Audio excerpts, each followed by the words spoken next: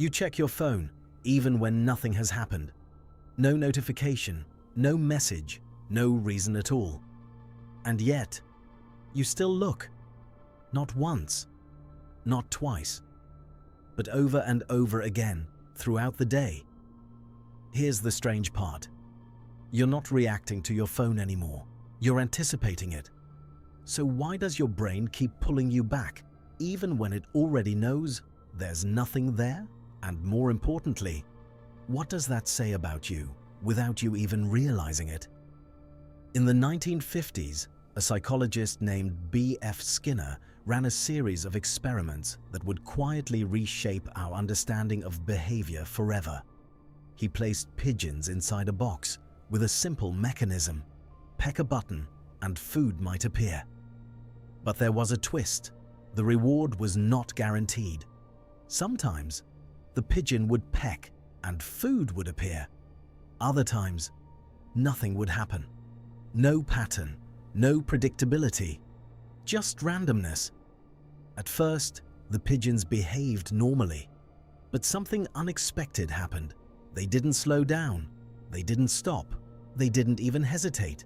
They became obsessed, pecking faster, more aggressively, again and again, even when no reward came at all.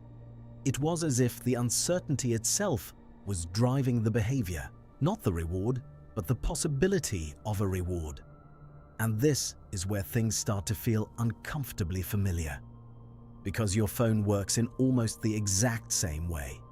Sometimes it lights up, sometimes it doesn't. Sometimes it matters, sometimes it doesn't. Sometimes it's nothing at all. But your brain doesn't know which one it will be. So you check again and again and again. At the core of this behavior is something called a variable reward schedule.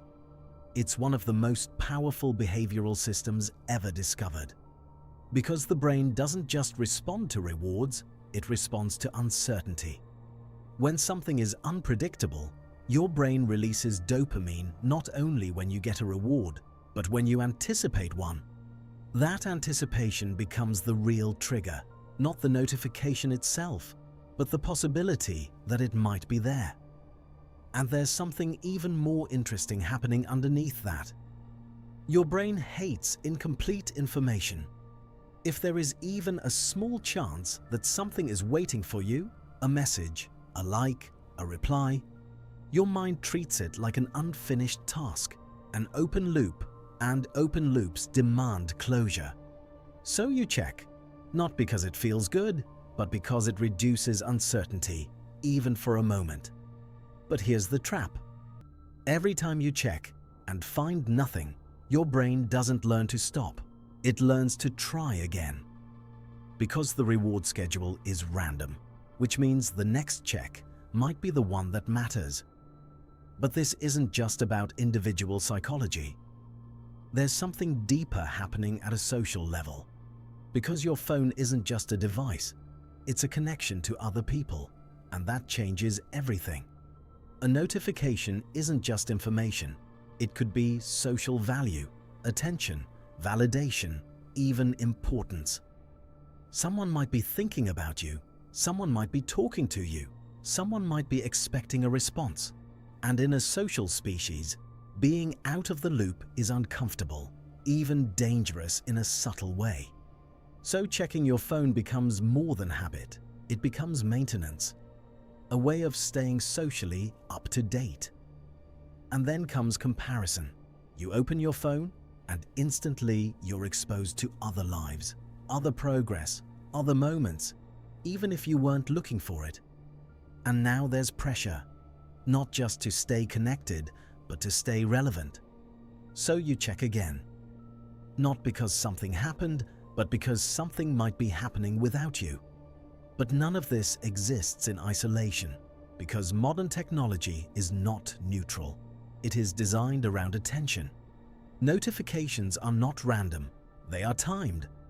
Algorithms don't just show you content, they decide what will keep you engaged, and every interaction trains the system further. The longer you stay, the more data is collected.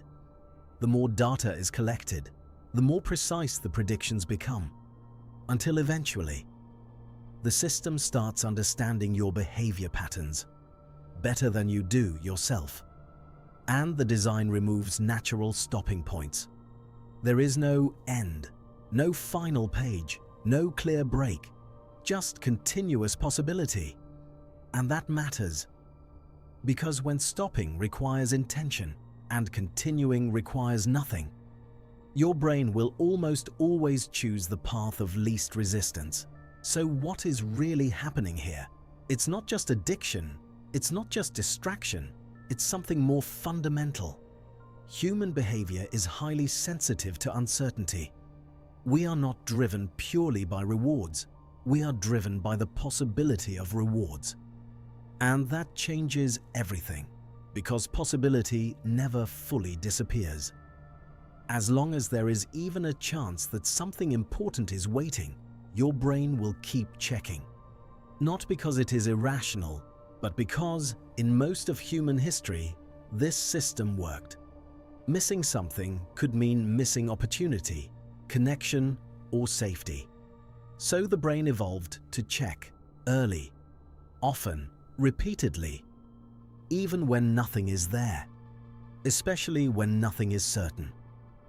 And this pattern is not slowing down, it is accelerating.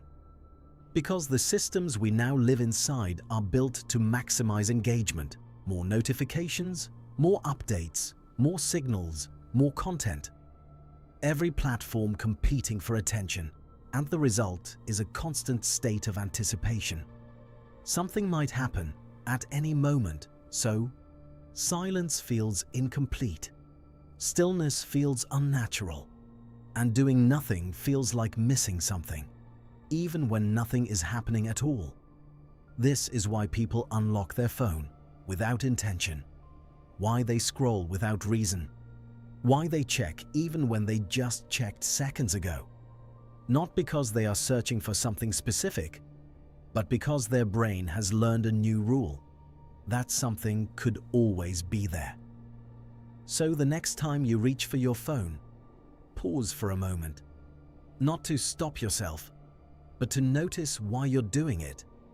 Is it because something happened, or because something might have? Because that difference is subtle, but it explains far more about human behavior than most people ever realize. We don't just respond to the world as it is, we respond to the world as it might be. And once you see that clearly, you start to notice it everywhere, not just in your phone, but in your decisions, your habits, and your attention itself. And that is where awareness begins. Most people never notice these patterns, not because they're hidden, but because they feel normal.